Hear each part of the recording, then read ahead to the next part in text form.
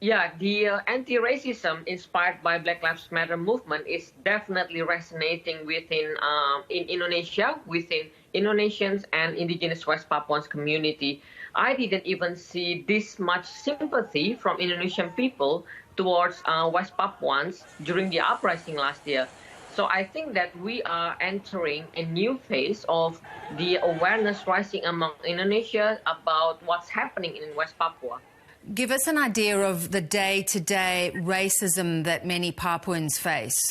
So West Papuans, they are often be made embarrassed about their identity because they are Melanesians, so they have curly hair and darker skin than the Malay Indonesians. So they are being embarrassed about their own identity. It's not just that, but there are interviews of West Papuan students. They say that, like in public transportations, Indonesians would like pinch their nose, like that classic racist stigma, racist attitude. You've reported on police brutality, prisoners not getting proper health care. Give us some of those examples of what you've encountered. There's definitely because of the overcrowded. The prisons in Indonesia is overcrowded, so there's definitely lack of health care being provided to the prisoners.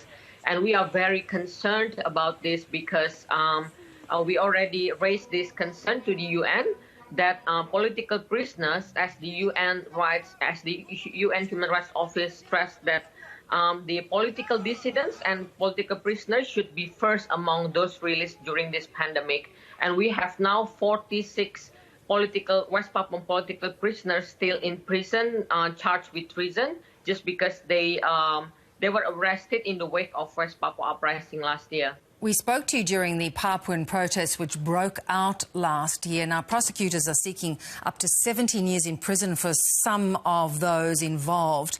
Are those normal sentences? This morning, there was a silent march blocked by police and military in Jayapura, the capital of West Papua. In that march, a speaker could be heard said that Indonesia is not a rule of law nation. Indonesia is a racist nation. It's because people currently are outraged because prosecutors seek extremely long sentences against 7 high-profile West Papuan leaders. Just last week, that prosecutors sought 17 years for the leader, Bukhtar Tabuni, 15 years for 2 other leaders, 10 years for 2 heads of student associations, and 5 years for 2 students. Their role in the protest was hiring car and sound system. So these students were supposed to have brighter future because unlike their parents, they can now go to university. But the Indonesian state is taking this away from them. Generation after generation of West Papuans have to spend their time behind bars away from their family. And are they getting any proper defense? Yes, but there's been a problem with that because these 7 key people were transferred to East Kalimantan province, Borneo, in breach of criminal procedure law in October 2019. They're being cut off from the family and, of course, the sudden increase of legal costs. And they're being cut off from their culture, all in the name of security reasons. When you talk about, you feel that there has been a slight shift amongst Indonesians recognising the way Papuans, West Papuans are being treated. How do you think things might change? Will there be action at the higher levels of government? I really hope there will be, but from what I observe on social media, in the wake of Papuan Lives Matter hashtag trending in Indonesia, that these Indonesians were attacked by bots, that they're being stigmatized as pro-free West Papua movement. So it scares them off. And as Reuters investigate, based on Reuters investigation earlier this year, there's this propaganda machine was operated and paid by the Indonesian army.